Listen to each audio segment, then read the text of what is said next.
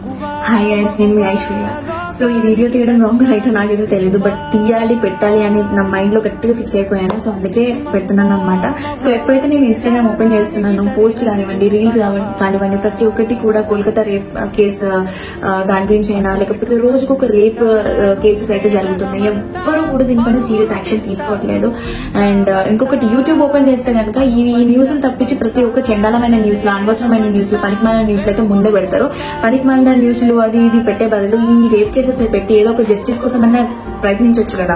And also ఎప్పుడైతే YouTube open చేసిన Raj case కానివ్వండి, అండ్ ఆల్సో ఎవరో వైఫ్ అండ్ హస్బెండ్ గొడవలు కానివ్వండి, అదంతా వేస్ట్ ఆఫ్ టైం వీడియోస్ అన్ని కూడా ప్రతి ఒక్క మీడియా వాళ్ళు వాటిపైన ఇంట్రెస్ట్ పెట్టి చేస్తున్నారు. బట్ దీనిపైన ఎందుకు మీడియా వాళ్ళు ఎందుకు కాన్సన్ట్రేట్ చేసి ఏం జస్టిస్ చేయట్లేదు? సో ఇప్పటి వరకు కూడా రేప్ చేసినాడు వచ్చి అవును నేనే చేసిన, ఉరి తీస్తారా తీయండి, ఏం చేస్తారా చేయండి అని అన్నా గానీ ఇక్కడ ఏం చేయకుండా గాజులు వేసుకొని కూర్చున్నారు. ఇది కరెక్టా?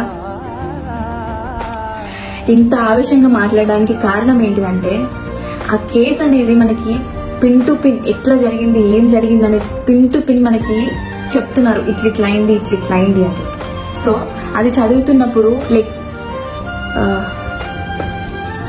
ఆ టైంలో ఆ అమ్మాయి ఎంత నరకం అనుభవించి ఉంటుంది. ఆ టైంలో ఆ అమ్మాయి ఎవ్వరికి చెప్పుకోలేక ఎంత నరకం అనుభవించి ఉంటుంది కదా. సో ప్లీజ్ ఇప్పటికైనా అందరు కళ్ళు తెరుచుకోండి. అమ్మాయిలు మీరైనా, అబ్బాయిలు మీరైనా ప్లీజ్ దయచేసి జాగ్రత్తగా ఉండండి. అండ్ ఆల్సో ఇలాంటి కేసెస్ ఇంకా రిపీట్ అవ్వుకుంటూ పోతే ఇంకా అమ్మాయిలకైతే రక్షణనే లేకుండా ఉంటాయి. అట్లా ఉంటే ఇంకా ఈ సొసైటీలో మనం బ్రతకలేం.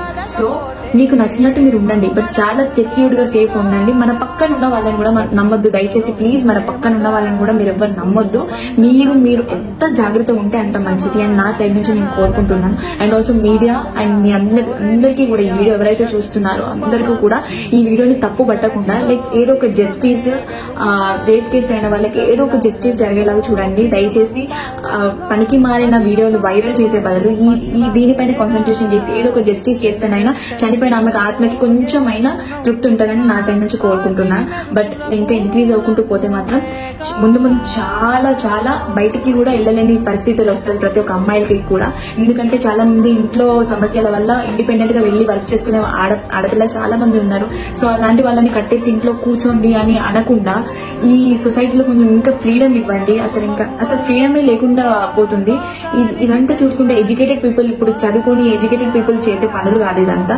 ఒక వ్యక్తి ఎవరైతే తప్పు చేసిరో వాడు ముందుకు వచ్చి కూడా చెప్తుంటే ఏం డెసిషన్ తీసుకోలేకుండా ఉన్నారు కదా, అదైతే చాలా తలదించుకునే పనిలా ఉందండి. ప్లీజ్ ఏదో ఒక యాక్షన్ తీసుకుని, నాట్ ఓన్లీ ఫర్ మోనిత, ఎవరైతే ఆ కేసెస్, చాలా కేసెస్ విన్నా, సో అన్ని కేసెస్ కూడా ప్లీజ్ జస్టిస్ ఇవ్వాలి అని కోరుకుంటున్నాను మనస్ఫూర్తిగా. ప్లీజ్ ఇక నుండి ఇలాంటి కేసెస్ చూడాలని అనుకోవట్లేదు.